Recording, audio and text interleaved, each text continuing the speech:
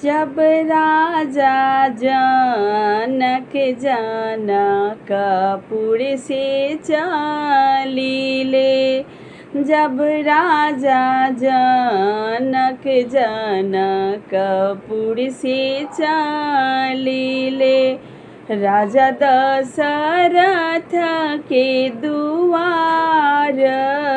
जी, राजा दशरथ के दुआर जी, जब राजा जनक जनकपुर से चलिले, जब राजा जनक जनकपुर से चलिले, राजा दशरथ के दुआर जी,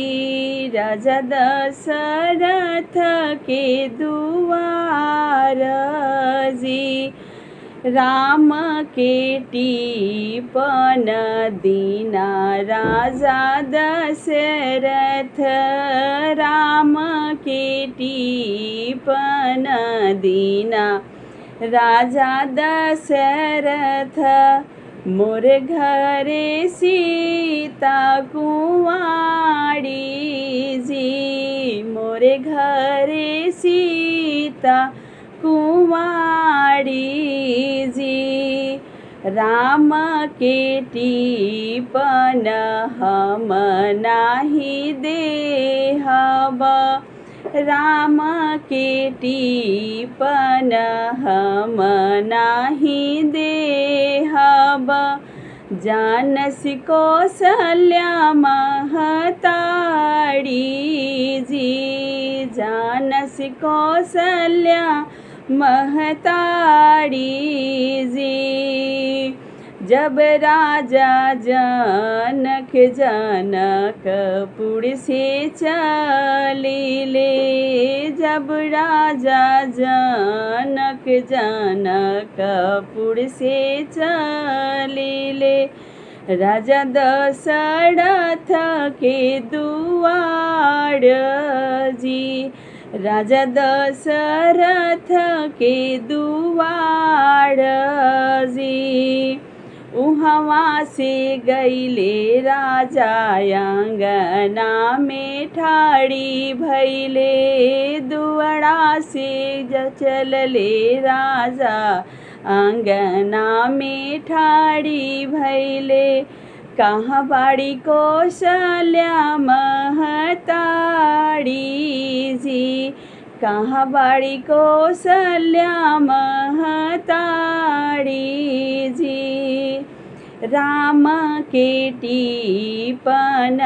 दीना माता कौशल्या हे, राम के टीपन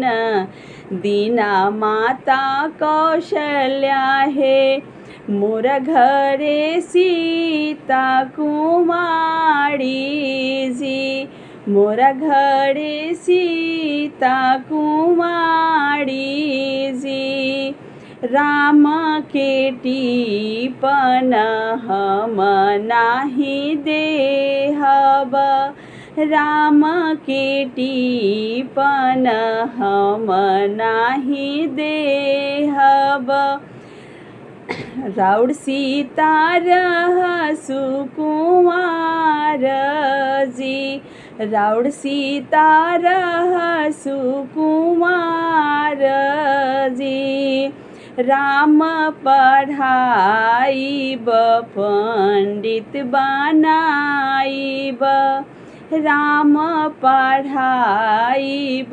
पंडित बनाईब, तब करबो राम के बियाह जी, तब करबो राम के बियाह जी, जब राजा जनक जनकपुर से चलिले, जब राजा जनक जनकपुर से चलिले, राजा दशरथ के दुआर जी, राजा दशरथ के दुआर जी।